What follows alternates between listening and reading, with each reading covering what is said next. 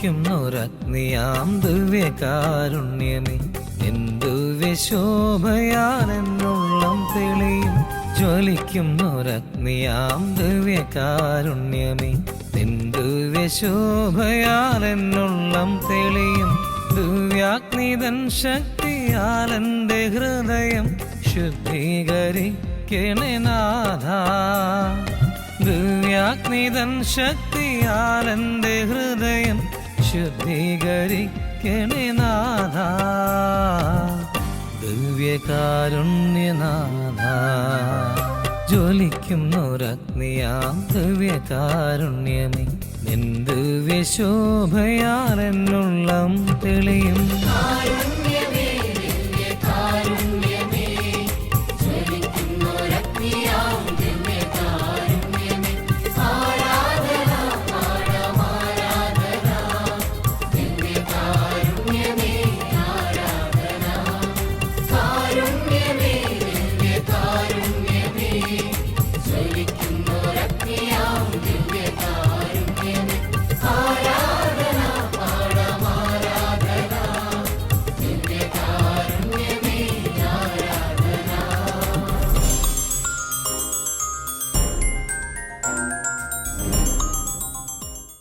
പിതാവിൻ്റെയും പുത്രൻ്റെയും പരിശുദ്ധാത്മാവിൻ്റെയും നാമത്തിൽ ആമേൻ. ദിവ്യകാരുണ്യ ഈശോയിൽ ഏറ്റവും സ്നേഹമുള്ളവരെ, ഇന്നേ ദിവസം നമ്മൾ ചിന്തിക്കുക പാപികളെ സ്നേഹിക്കുന്ന ദിവ്യകാരുണ്യ ഈശോയെക്കുറിച്ചാണ്. സമൂഹത്തിന് വേണ്ടാത്ത, സമൂഹത്തിൽ ആരുമില്ലാത്ത, സമൂഹം ഒട്ടും അംഗീകാരം കൊടുക്കാത്ത മക്കളെ അവരുടെ ചിന്തകൾക്കും അതീതമായി ദിവ്യകാരുണ്യ ഈശോ സ്നേഹിക്കുന്നു. ബൈബിളിൽ സമൂഹത്തിന് വേണ്ടാത്ത ഒരു മകനെ മത്തായി ശ്ലീഹായെ വിളിക്കുന്ന സുവിശേഷ ഭാഗം നമുക്കിന്ന് ധ്യാന വിഷയമാക്കാം. ഈശോ അവിടെ നിന്ന് നടന്നു നീങ്ങവേ മത്തായി എന്നൊരാൾ ചുങ്കസ്ഥലത്ത് ഇരിക്കുന്നത് കണ്ടു. ഈശോ അവനോട് പറഞ്ഞു, എന്നെ അനുഗമിക്കുക. അവൻ എഴുന്നേറ്റ് ഈശോയെ അനുഗമിച്ചു. മത്തായിയുടെ സുവിശേഷം 9-ാം അധ്യായം 9-ാം തിരുവചനമാണിത്. മത്തായി ശ്ലീഹ തന്നെ പാപിയായ തന്നെ വിളിച്ച് തിരഞ്ഞെടുത്ത ഈശോയുടെ സ്നേഹത്തെക്കുറിച്ച് തിരുവചനത്തിൽ നമ്മൾ സംസാരിക്കുകയാണ്. ഈശോ അവിടെ നിന്ന് നടന്നു നീങ്ങവേ, ഈശോയുടെ ജെറുസലേമിലേക്കുള്ള യാത്രയാണ്. അങ്ങനെ നടന്നു നീങ്ങവേ മത്തായി എന്നൊരാൾ ചുങ്കസ്ഥലത്തിരിക്കുന്നത് കണ്ടു. ഈശോ അവനോട് പറഞ്ഞു, എന്നെ അനുഗമിക്കുക. അവൻ എഴുന്നേറ്റ് ഈശോയെ അനുഗമിച്ചു. ഇവിടെ നമ്മൾ പ്രത്യേകം ശ്രദ്ധിക്കണം. മത്തായിയെ ഈശോ വിളിച്ചപ്പോൾ മത്തായി പറഞ്ഞില്ല, ഞാൻ വീട്ടിൽ ചെന്ന് എൻ്റെ വീട്ടിലുള്ളവരോട് ചോദിക്കട്ടെ, മറ്റുള്ളവരൊക്കെ ആലോചന നടത്തട്ടെ, അതിനുശേഷം വന്ന് അങ്ങേ അനുഗമിക്കാമെന്ന്. ആ മത്തായി ശ്ലീഹായുടെ പ്രത്യേകത തുടർന്ന് നമ്മൾ വായിക്കുന്നുണ്ട്. ഈശോ അവൻ്റെ ഭവനത്തിൽ ഭക്ഷണത്തിനിരുന്നപ്പോൾ അനേകം ചുങ്കക്കാരും പാപികളും വന്ന് അവനോടും ശിഷ്യന്മാരോടും കൂടെ ഭക്ഷണത്തിനിരുന്നു. ഫരിസേയർ ഇത് കണ്ട് ശിഷ്യന്മാരോട് ചോദിച്ചു, നിങ്ങളുടെ ഗുരു ചുങ്കക്കാരോടും പാപികളോടും കൂടെ ഭക്ഷണത്തിനിരിക്കുന്നത് എന്തുകൊണ്ട്? ഇത് കേട്ട് അവൻ പറഞ്ഞു, ആരോഗ്യമുള്ളവർക്കല്ല, രോഗികൾക്കാണ് വൈദ്യനെ കൊണ്ട് ആവശ്യം. ഈശോയുടെ ദൗത്യം എന്തെന്ന് ഈ വചനത്തിൽ നമ്മൾ ശ്രവിക്കുകയുണ്ടായി. ആരോഗ്യമുള്ളവർക്കല്ല, രോഗികൾക്കാണ് വൈദ്യനെ ആവശ്യം. ഈശോ വന്നത് നീതിമാന്മാരെ വിളിക്കുവാനല്ല, പാപികളെ വിളിക്കുവാനാണ്.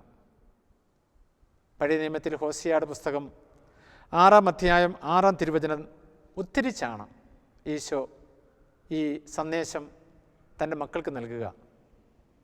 ഹോസിയയുടെ പുസ്തകം 6-ാം അധ്യായം 6-ാം തിരുവചനത്തിൽ ഇപ്രകാരം നമ്മെ പഠിപ്പിക്കുന്നു, ബലിയല്ല സ്നേഹമാണ് ഞാൻ ആഗ്രഹിക്കുന്നത്, ദഹന ബലികളല്ല ദൈവജ്ഞാനമാണ് എനിക്കിഷ്ടം. ഈശോയുടെ ആഗ്രഹവും മക്കളെല്ലാം സ്നേഹത്തിൽ ഒന്നാകണം, സ്നേഹത്തിൽ മുന്നേറണം. ദൈവത്തെ പ്രസാദിപ്പിക്കണമെങ്കിൽ നമ്മൾ പരസ്പരം സ്നേഹിക്കണം.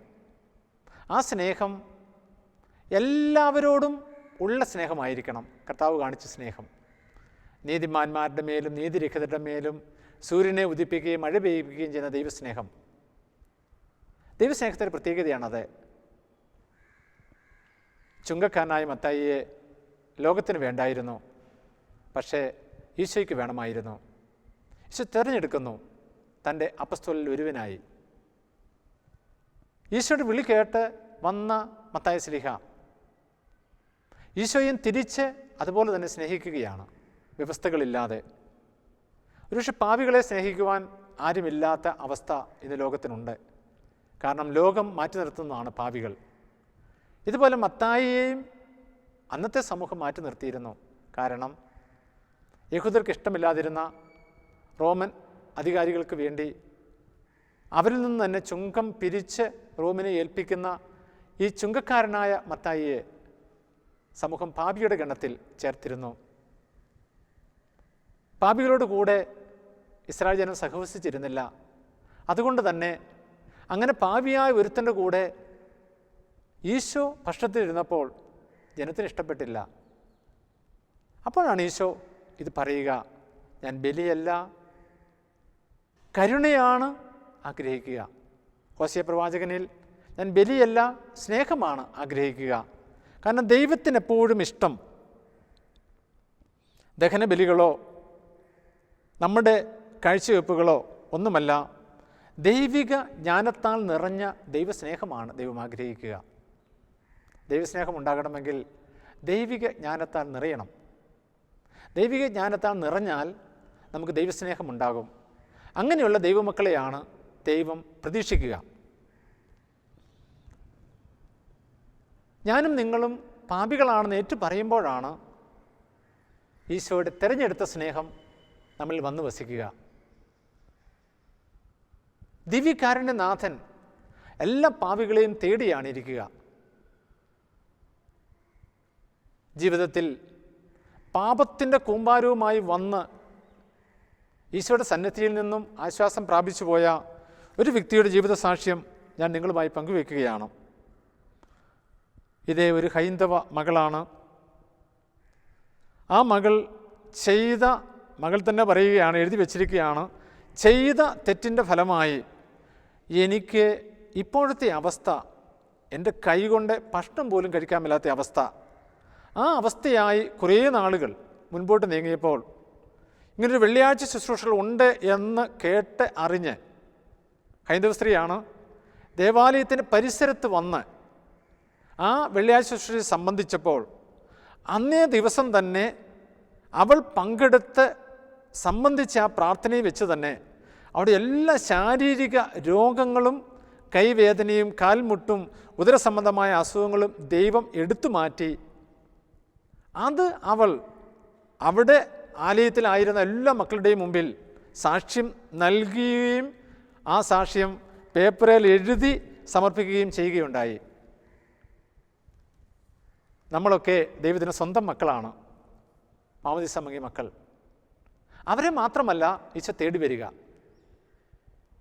ആരും പറയാതെ, ആരാലും അറിയപ്പെടാതെ, ഈശോയെ ആര് എന്തെന്നുള്ളത് പോലും വ്യക്തതയില്ലാത്ത ഈ ഹൈന്ദവ സ്ത്രീ അതുവഴി പോയപ്പോൾ ദൈവിക പ്രാർത്ഥനയുടെ ആ അർത്ഥം മനസ്സിലാക്കാതെ അവിടെ നിന്ന് കുറേ സമയം സംബന്ധിച്ചതേയുള്ളൂ. ദൈവികാൻ്റെ നാഥൻ അവളെ തൊട്ടു. ഇതാണ് പാപികളെ തേടി വരുന്ന ഈശോ. നമ്മൾ ആരും നോക്കിയല്ല ദൈവികാൻ ഈശോ അനുഗ്രഹം തരിക, മറിച്ച് നമ്മുടെ മനോഭാവം, നമ്മുടെ ഉള്ളിൽ ദൈവത്തിന് വേണ്ടിയുള്ള ദാഹം, അതൊക്കെ പ്രധാനപ്പെട്ടതാണ്. ദൈവത്തിൽ വിശ്വസിച്ചാൽ, ദൈവത്തിൽ ആശ്രയിച്ചാൽ ആരെന്ന് നോക്കാതെ ദൈവികാൻ ഈശോ അനുഗ്രഹം തരും. നമുക്കറിയാം, സെൻറ്റ് അഗസ്റ്റീൻ പാപത്തിൻ്റെ ചെളിക്കുണ്ടിൽ പെട്ടിട്ടും തൻ്റെ അമ്മയുടെ നിരന്തരമായ പ്രാർത്ഥന വഴി ദൈവികാനീശോ മാറ്റി എടുത്ത വ്യക്തി വിശുദ്ധനായി തീർന്നു. പൗലോസ്ലീഹ താൻ പാപികളിൽ ഒന്നാമനാണ് എന്ന് പ്രഘോഷിക്കുമ്പോഴും നമ്മൾ മനസ്സിലാക്കണം, ഇങ്ങനെയുള്ള പാപികളെയാണ് ഈശോയ്ക്ക് ഇഷ്ടം. ദൈവം വിളിച്ചാൽ നമ്മുടെയും ജീവിതത്തിൽ ഒരു മാറ്റമുണ്ടാകണം. ദൈവം തിരഞ്ഞെടുത്താൽ നമ്മുടെ ജീവിതവും മാറണം. ആരാണ് പാപമൊന്നുമില്ല എന്ന് പറയുക? ദൈവം ആരെന്നറിയാത്തവരാണ്, ദൈവികാരനെയും ആരെന്നറിയാത്തവരാണ്, ദൈവികാരൻ്റെ ശക്തി തിരിച്ചറിയാത്തവരാണ്. അവിടെ ലോകത്തുള്ള എല്ലാ പാപികളോടും ഞാൻ പറയും, നിങ്ങളുടെ പാപം അവിടുന്ന് മായ്ച്ചു കളയും. നിങ്ങളുടെ പാപം അവിടുന്ന് ക്ഷമിക്കും. നിങ്ങളുടെ പാപത്തിന് പരിഹാരമുണ്ട്. ഈശോ നേടിത്തന്ന കുരിശിലെ രക്ഷ, അവൻ്റെ തിരുരക്തത്തിൻ്റെ ഫലമാണ് നമ്മൾ. അത് മാമോദീസ മുങ്ങിയ ക്രൈസ്തവർ മാത്രമല്ല, എല്ലാ മക്കളും അതിനർഹരാണ്. അതുകൊണ്ട് ജാതിമത ഭേദമന്യേ എല്ലാ മക്കൾക്കും ആശ്രയിക്കാവുന്ന ഏക ആശ്രയം ദിവികാരൻ്റെ നാഥനായ ഈശോയാണ്. സ്നേഹം തന്നെയായ ഈശോ. ആ ഈശോയുടെ ശക്തി, ആ ഈശോയുടെ സാന്നിധ്യത്തിൽ നമ്മൾ തിരിച്ചറിയണം. ഈശോ തോമസ് ശ്ലീഹായോട് പറഞ്ഞില്ലേ, നീ എന്നെ കണ്ടതുകൊണ്ട് വിശ്വസിച്ചു, കാണാതെ വിശ്വസിക്കുന്നവർ ഭാഗ്യവാന്മാർ. ദിവികാരുണ്യ നാഥനായ ഈശോയുടെ സാന്നിധ്യം എന്നുള്ളത് ദിവികാരുണ്യമായ ആ തിരുവസ്ഥയിൽ മാത്രമല്ല, നമ്മുടെ ചുറ്റിലുമുണ്ട്, നമ്മൾ ജീവിക്കുന്ന പശ്ചാത്തലത്തിലുണ്ട്, പാവപ്പെട്ടവരിലുണ്ട്, ദരിദ്രരിലുണ്ട്, രോഗികളിലുണ്ട്. അവരെ എല്ലാവരെയും നാം സ്നേഹിക്കാൻ പഠിക്കുമ്പോഴാണ് ഞാനും നിങ്ങളും ദിവ്യകാരുണ്യമായിട്ട് മാറുക. കാരണം എല്ലാ പാപികളെയും നേടിയെടുക്കുന്നതിന് വേണ്ടിയിട്ടാണ് നമ്മുടെ ഈശോ, ദിവ്യകാരുണ്യമായ ഈശോ കുരിശിൽ മരിച്ചത്. അവിടുന്ന് തൻ്റെ ശരീര രക്തങ്ങൾ നമുക്ക് പകർന്നു തന്നുകൊണ്ട് നമ്മളെ അവിടുത്തെ സ്വന്തമാക്കുകയാണ്. ഓരോ കുമ്പസാരത്തിലും നമ്മൾ പാപങ്ങളെ ഏറ്റുപറയുമ്പോൾ ചില മക്കളെങ്കിലും സംശയത്തോടെ വന്ന് പറയാറുണ്ട്, അച്ഛാ പാപങ്ങൾ ക്ഷമിച്ചോ അച്ഛാ, ഒന്നുകൂടെ കുമ്പസാരത്തിൽ പറയണോ എന്ന്. മക്കൾ നിങ്ങൾ വിശ്വസിച്ച് കൊള്ളുക, മനുഷ്യരെ പോലെയല്ല ദൈവം. ദൈവസന്നിധിയിൽ പാപാവബോധത്തോടെ ഏത് മക്കളും ഏത് പാപവും ഏറ്റുപറഞ്ഞാലും പൂർണ്ണതയിൽ അവ മോചിക്കപ്പെട്ടു. പക്ഷേ അവരോട് ഈശോ വീണ്ടും പറയുന്നുണ്ട്, മക്കളെ മേലിൽ പാപം ചെയ്യരുത്. നമ്മളൊക്കെ മനുഷ്യരാണ്, ലോകത്തിൽ ജീവിക്കുന്നവരാണ്. അങ്ങനെ ജീവിക്കുന്ന നമുക്ക് പാപത്തിൽ നിന്നും മാറുവാൻ, പാപം ഉപേക്ഷിക്കുവാൻ ഏറ്റവും എളുപ്പവഴി എൻ്റെ അനുഭവത്തിൽ നിന്ന് ഞാൻ പറയും, ദിവ്യകാരുണ്യ നാഥനായ ഈശോയുടെ സന്നിധിയിലായിരിക്കുക. എവിടെയെങ്കിലും ദിവ്യകാരുണ്യം എഴുന്നള്ളിച്ച് വെച്ചിട്ടുണ്ടെങ്കിൽ, നമ്മുടെ സമീപ പ്രദേശങ്ങൾ എവിടെയെങ്കിലും ഉണ്ടെങ്കിൽ എന്ത് ത്യാഗമെടുത്തും നാം പോവുക. പാപികളാണ് എന്ന ചിന്തയോടെ പോവുക. പാപികളെ തേടി വന്ന ദിവ്യകാരുണ്യ അടുത്തേക്കാണ് പോവുക എന്ന ബോധ്യത്തോടെ പോവുക, വിശ്വാസത്തോടെ പോവുക. വിശ്വസിക്കുന്നവർക്ക് എല്ലാം സാധ്യമാണല്ലോ. അതുകൊണ്ടാണ് തോമസ് ശ്ലീഹായോട് പറഞ്ഞത്, നീ എന്നെ കണ്ടതുകൊണ്ട് വിശ്വസിച്ചു, കാണാതെ വിശ്വസിക്കുന്നവർ ഭാഗ്യവാന്മാർ. ദിവ്യകാരുണ്യത്തിലുള്ള ദൈവിക ശക്തി നഗ്നനേത്രങ്ങൾ കൊണ്ട് നമുക്ക് കാണാമെങ്കിലും അതിലുപരിയായി ആത്മീയ നേത്രങ്ങൾ കൊണ്ട് നമ്മൾ അനുഭവിക്കുകയും സ്വന്തമാക്കുകയും ചെയ്യണം. അത് നമ്മുടെ നാഥൻ നമുക്ക് ദാനമായി തരുന്നതാണ്. അതുകൊണ്ടാണ് ഈശോ തന്നെ തൻ്റെ വചനത്തിലൂടെ പറയുക, എൻ്റെ പിതാവിനാൽ ആകർഷിക്കപ്പെടാതെ ആർക്കും എൻ്റെ അടുത്ത് വരുവാനാവുകയില്ല. ഈശോയുടെ പിതാവിനാൽ ആകർഷിക്കപ്പെടാതെ ആർക്കും എൻ്റെ അടുത്ത് വരുവാനാവില്ല. അപ്പോൾ നമ്മൾ പാപികളാണെങ്കിൽ, പാപികളാണെന്നുള്ള ബോധ്യം നമുക്കുണ്ടെങ്കിൽ, ആ ബോധ്യം തന്നത് തന്നെ ഈശോയുടെ പിതാവായ ദൈവമാണ്. ആ പിതാവായ ദൈവം പാപികളായ നമ്മളെ പാപത്തിൽ നിന്നും രക്ഷിക്കുവാൻ ദിവ്യകാരുണ്യമായ ഈശോയെ അയച്ചു. അവിടുന്ന് ദിവ്യകാരുണ്യം സ്ഥാപിച്ചുകൊണ്ട് നമ്മോട് കൂടെ വസിക്കുന്നു. പാപികളായ നമ്മെ പാപത്തിൽ നിന്നും അവിടുന്ന് മോചിച്ചു തൻ്റെ കുരിശുമരണം വഴി. ഇന്നും ഈ രക്ഷാകര അനുഭവം നമ്മൾ സ്വന്തമാക്കേണ്ടത് ഈശോയെ ഹൃദയത്തിൽ ആരാധിച്ചുകൊണ്ടായിരിക്കണം, ഈശോയെ മനസ്സിൽ ധ്യാനിച്ചുകൊണ്ടായിരിക്കണം, ഈശോയുടെ ശക്തിയിൽ വിശ്വസിച്ചുകൊണ്ടാകണം. ദിവ്യകാരുണ്യം നമ്മുടെ ഇടയിൽ സന്നിഹിതനാകുന്നത് പാപികളായ നമ്മെ രക്ഷിക്കുന്നതിന് വേണ്ടിയിട്ടാണ്, നമ്മളെ പുതിയ വ്യക്താക്കളാക്കുന്നതിന് വേണ്ടിയിട്ടാണ്. പാപം ക്ഷമിക്കുക മാത്രമല്ല, ഓരോ കുമ്പസാരത്തിലും വീണ്ടും പാപം ചെയ്യാതിരിക്കുന്നതിനുള്ള കൃപാവരം കൂടെ അവിടുന്ന് നമുക്ക് പ്രദാനം ചെയ്യുന്നുണ്ട്. ദിവ്യകാരുണ്യം ശക്തിയാണെന്നുള്ള വിശ്വാസം നമുക്കുണ്ടാകണം. നമ്മെ മാറ്റുന്ന ശക്തി, പരിവർത്തന വിധേയമാക്കുന്ന ശക്തി, നമ്മെ ദൈവത്തിൻ്റെ മകനും മകളുമായി ഉയർത്തുന്ന ശക്തി. ദിവ്യകാരുണ്യത്തിൻ്റെ ശക്തി സ്നേഹമാണ്. ദിവ്യകാരുണ്യം തന്നെ സ്നേഹമാണല്ലോ. നമ്മൾ ദിവ്യകാരുണ്യനാഥന് മുമ്പിൽ അണയുമ്പോൾ ഈ ദൈവിക സ്നേഹത്തിൽ നിലനിന്നുകൊണ്ട് തന്നെ സ്നേഹമായ ഈശോയെ സ്വന്തമാക്കുവാൻ പറ്റും. അതിന് നമുക്കിടയാകുന്നത് വിശ്വാസത്തിൻ്റെ കണ്ണുകൾ കൊണ്ട് കാണുമ്പോഴാണ്. തുടർന്ന് നിങ്ങൾ വിശ്വസിക്കുക, ഈ ദൈവത്തിൻ്റെ പാപികളെ തേടി വരുന്ന ദിവ്യകാരുണ്യ ഈശോയുടെ അനുഗ്രഹങ്ങൾ വിശ്വസിക്കുന്ന എല്ലാവർക്കും തുടർന്ന് വരുന്ന ആരാധനയിൽ സംലഭ്യമായിരിക്കും. ആ ആരാധനയുടെ ശക്തിയെ നിങ്ങൾ വിശ്വസിക്കുക. ഈ ആരാധന ദൈവത്തിൻ്റെ ദൈവികത സാന്നിധ്യത്തിൻ്റെ പൂർണ്ണ രൂപമാണ്. അപ്പോൾ നിങ്ങൾ വിശ്വസിച്ചാൽ നിങ്ങൾ സംബന്ധിക്കുന്ന ഈ തുടർന്നുള്ള ദിവ്യകാരുണ്യ ആരാധനയിൽ പാപികളെ സ്നേഹത്തോടെ തേടി വന്ന ഈശോയുടെ അനുഗ്രഹം സ്വന്തമാക്കാം. അതെല്ലാവർക്കും ഉള്ളതാണ്, എല്ലാ പാപികൾക്കും. പിതാവിൻ്റെയും പുത്രൻ്റെയും പരിശുദ്ധാത്മാവിൻ്റെയും നാമത്തിൽ ആമേൻ.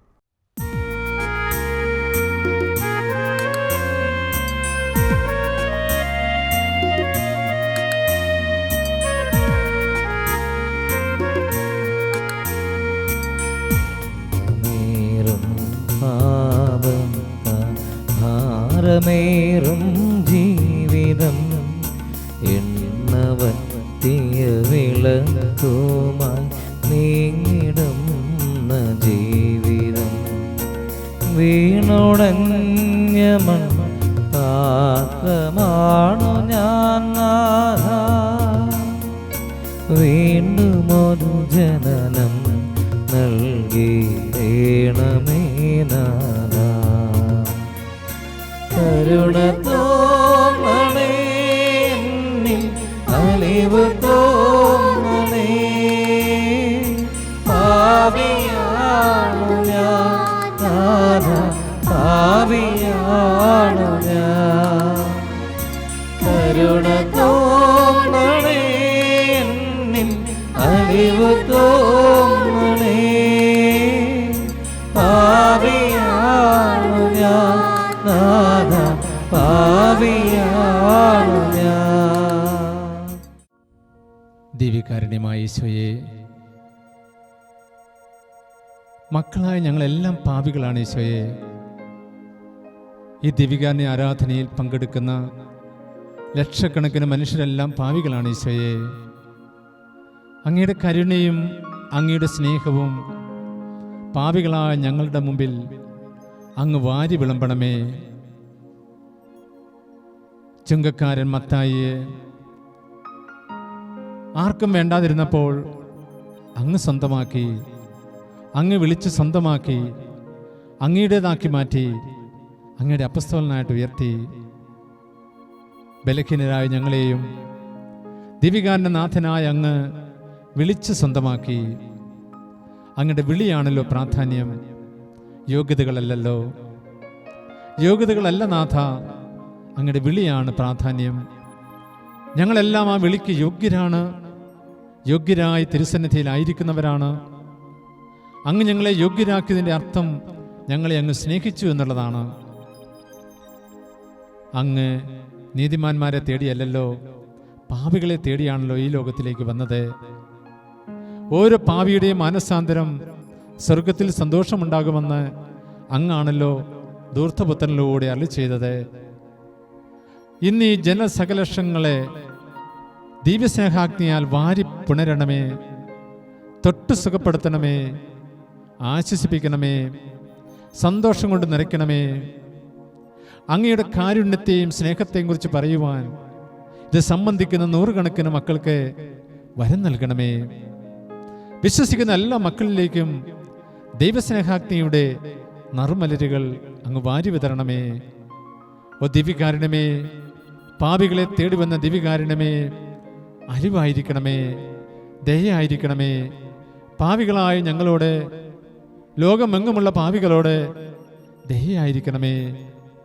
അങ്ങയുടെ കാരുണ്യവും ആശീർവാദവും ഞങ്ങൾക്ക് വേണം ഈശോയെ. ആശീർവദിച്ചാലും അനുഗ്രഹിച്ചാലും നാഥ. കരുണ തോന്നണേ, എന്നിൽ അലിവ് തോന്നണേ. പാപിയാണു ഞാൻ നാഥ, പാപിയാണു ഞാൻ. നമുക്കെല്ലാവർക്കും സന്തോഷത്തോടും ഭക്തിയോടും കൂടെ നിന്ന് കർത്താവെ ഞങ്ങളുടെ പ്രാർത്ഥന കേൾക്കണമേ എന്ന് അപേക്ഷിക്കാം. കർത്താവേ, ഞങ്ങളുടെ ഈ പ്രാർത്ഥന കേൾക്കണമേ. ഞങ്ങളുടെ മാതാവായ തിരുസഭയെ സംരക്ഷിക്കണമെന്നും വിവിധ രാജ്യങ്ങളെ മർദ്ദനമനുഭവിക്കുന്ന സഹോദരരെ ആശ്വസിപ്പിക്കണമെന്നും ഞങ്ങൾ പ്രാർത്ഥിക്കുന്നു. കർത്താവേ, ഞങ്ങളുടെ ഈ പ്രാർത്ഥന കേൾക്കണമേ. തിരുസഭയുടെ അധിപനായ മാർ ഫ്രാൻസിസ് പാപ്പായ്ക്ക് വേണ്ടിയും സഭയുടെ തലവനും പിതാവുമായ മേജർ ആർച്ച് ബിഷപ്പ് ജോർജ് മെത്രാപ്പൊലീത്തായ്ക്ക് വേണ്ടിയും അതിരൂപത അധ്യക്ഷന്മാർ യോസേഫ് മെത്രാപ്പൊലീത്തായ്ക്ക് വേണ്ടിയും അവരുടെ സഹപ്രവർത്തകർക്ക് വേണ്ടിയും ഞങ്ങൾ പ്രാർത്ഥിക്കുന്നു. കർത്താവേ, ഞങ്ങളുടെ ഈ പ്രാർത്ഥന കേൾക്കണമേ. പ്രാർത്ഥിക്കാം. ലോകാവസാനം വരെ മനുഷ്യരോട് ജീവിക്കുവാൻ വേണ്ടി പരിശുദ്ധ കുർബാന സ്ഥാപിച്ച പരമകാർണികനായ കർത്താവേ, ഈ ബലിപീഠത്തിൽ എഴുന്നള്ളിയിരിക്കുന്ന അങ്ങേ ഞങ്ങൾ ആരാധിക്കുകയും സ്തുതിക്കുകയും ചെയ്യുന്നു. അങ്ങ് ഞങ്ങൾക്ക് നൽകിയിട്ടുള്ള സഹായങ്ങൾക്കും അനുഗ്രഹങ്ങൾക്കുമായി ഞങ്ങൾ അങ്ങയോട് നന്ദി പറയുന്നു. പാവങ്ങളെക്കുറിച്ച് പശ്ചാത്തപിക്കുവാനും അവയ്ക്ക് പരിഹാരം ചെയ്യുവാനും ഞങ്ങളെ സഹായിക്കണമേ. പരിശുദ്ധ കുർബാനയിൽ എഴുന്നള്ളിയിരിക്കുന്ന ഈശോ കാരുണ്യപൂർവ്വം ഞങ്ങളെ ആശീർവദിക്കണമേ. സ്ഥലത്തിൻ്റെയും നാഥ എന്നേക്കും.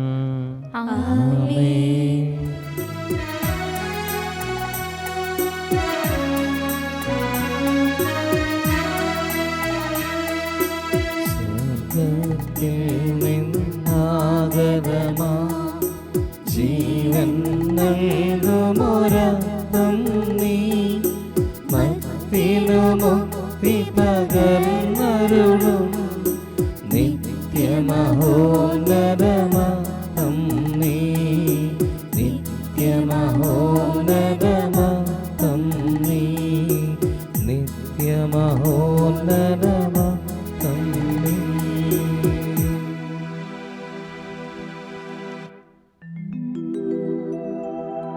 പരിശുദ്ധ ശരീരത്താലും വിലയേറിയ രക്തത്താലും പാപത്തിൻ കറകളിൽ നിന്നും മർത്യനു നീ മോചനമേകി. സകലേശാദുവികടാക്ഷം തൂഗണമേ വത്സലസുതരിൽ, നിർമ്മലരായി ജീവിച്ചിടുവാൻ ചിന്തണമേ ദിവ്യവരങ്ങൾ.